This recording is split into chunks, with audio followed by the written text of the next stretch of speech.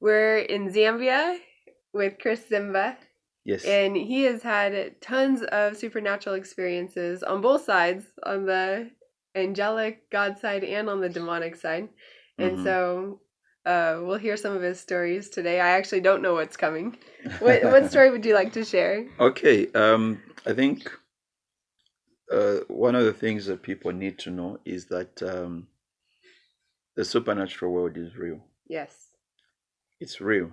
It's very, very real. And there's a lot of activity that takes place in the supernatural world. Maybe let me start with this one. This again happened when I was in college. That should be way back to 2002. Yeah, 2002. I was part of a students' fellowship at school. We call it the Zambia Fellowship for Evangelical Students. And we used to meet every Friday from 7 p.m. to I think 9 p.m. every Friday. And so one of these days after our meeting, we we left. All of us left. Now, prior to that, there were some things that were happening in college, some demonic activities that were happening in college. Sometimes in the middle of the night, you have a student screaming Oh, wow. and running, down the corridor. And when you ask them, they'll tell you somebody was, um, people call it sleep apnea. That's what they call it. Oh, okay. Yeah, but then there are activities that happen in the demonic world, Yeah. which is not really scientific. It's just demonic activity. If it's one person, then you say, he probably has a health condition. But if you're having multiple people in this dormitory and the next hostel, somebody's screaming, and then the next hostel, then you know there's really something that's going on around here, which is Yeah. beyond the natural. And that's what was happening. So because of that, one time it happened, and I told my friend, I said, you know what, we've had enough of this. That was like 2 in the morning. Can we go to pray? So we Yeah. went to pray. We had a lecture hall which we used to use for our morning devotion. So we went to this lecture theater somewhere around 2 or 3 in the morning, and we Wow. prayed all the way up to somewhere around 5. Wow. And that's That's how, dedication. yeah, a lot actually, a lot for a college student. Oh my gosh. That's a lot. Yeah. So we made it our habit. We said, okay, we'll be coming because devotion starts at 5. So actually, devotion used to start at 5:30, but we'd be there at 5. Yeah. And then from 5, let's be coming at 4:30. Wow. Then let's be coming at 4. Wow. And before we know it, we'd be there sometimes as early as 3:30. Wow. Just spend time in prayer all the way up to 5:30 when all the students come, and we have devotion for That's 30 minutes. amazing. And then we go to our various activities. So it was during that period that after a fellowship, our Friday fellowship, which used to start from 7 to 9 p.m., everybody was going, and I was part of the group. As I was walking, I even remember I kind of looked up, and there was like this conviction within me to go back to the room where we were praying from. So I went back. I just told the guys, excuse me, I have to go back to do something. They didn't know where I had gone. And this building we were using for fellowship was, the room must have been on the 5th or 6th floor. So I went back up the stairs up to the 5th or 6th floor and started praying. Now, when we left, we closed the windows. Okay? Yeah.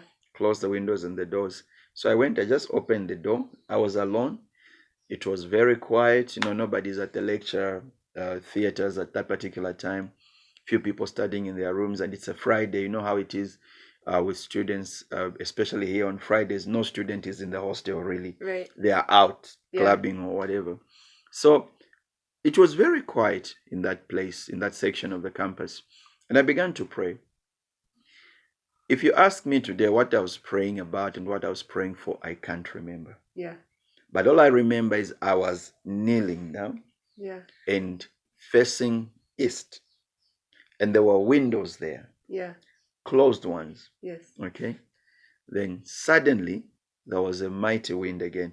Remember I shared in the previous video about the mighty wind, but this one was a different type. Okay. I actually haven't shared No, that. you just shared it with me personally. I shared it with you in person. Or maybe I'll share it in the next video.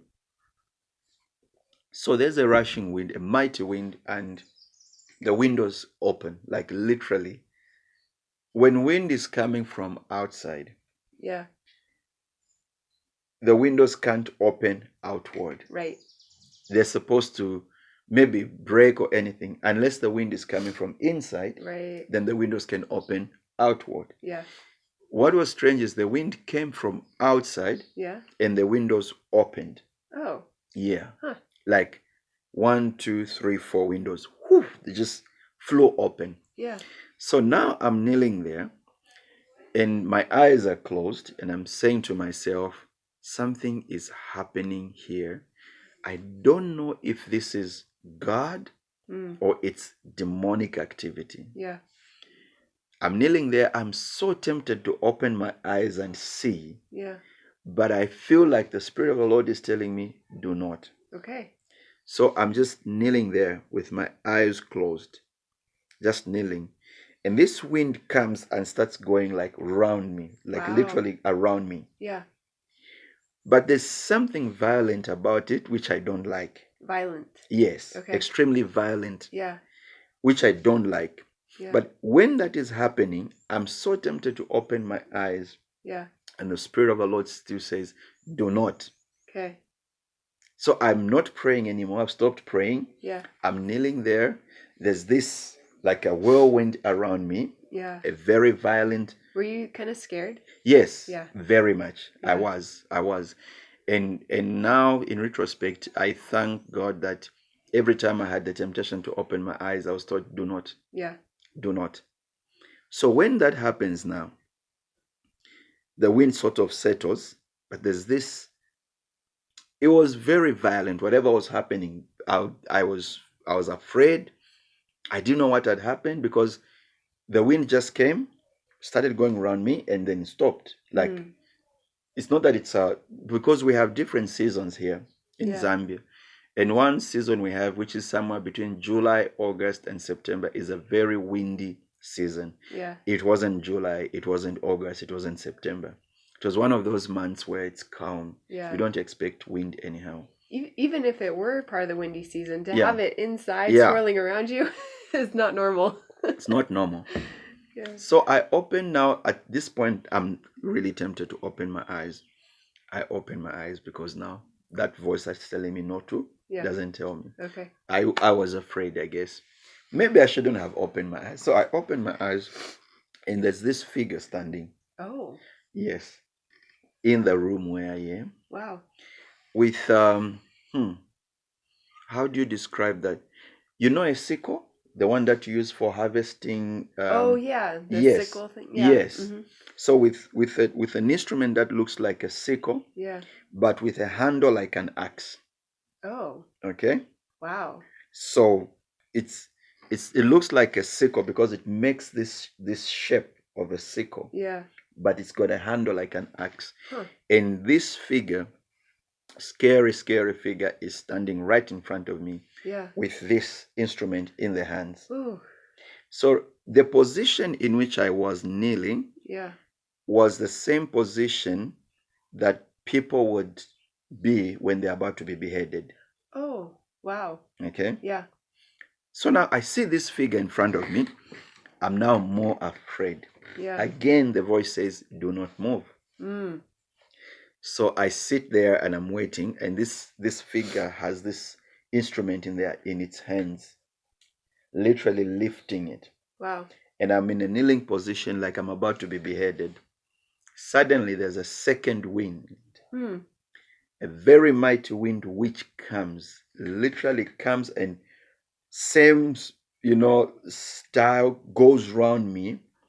But this one now, when it goes round me, on the other side, where I am kneeling, this side there's this figure with a sickle. This side, on the other side, appears another figure in a different outfit, because this one was in a dark outfit. Yeah. This one in a very bright outfit.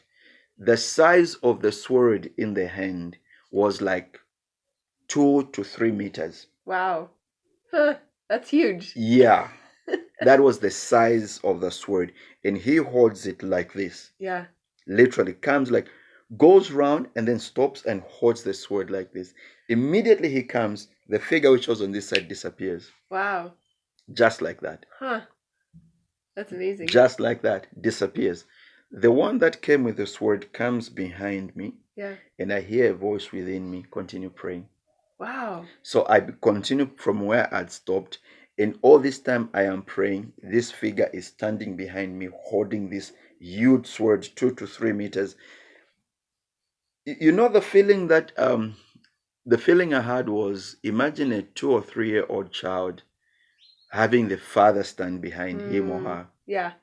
You see the proportions in size? Yeah. Yeah. Wow. And I continue praying for an hour or two. When I leave that place, I can still feel this presence behind me, Wow. walking with me back to my hostels. Wow. That's awesome. I went to my hostels and never shared with anyone and just slept. Wow. Yeah. That's amazing. Huh. Yeah. That's amazing. Yeah. So you didn't have to ask the No. angel to come or anything. No. You didn't command the thing to go. No. God just was It like, was, yeah. you know, when God says be still and know, Hmm. I experienced that be still part. Yeah. It's not easy. We are human beings, you know.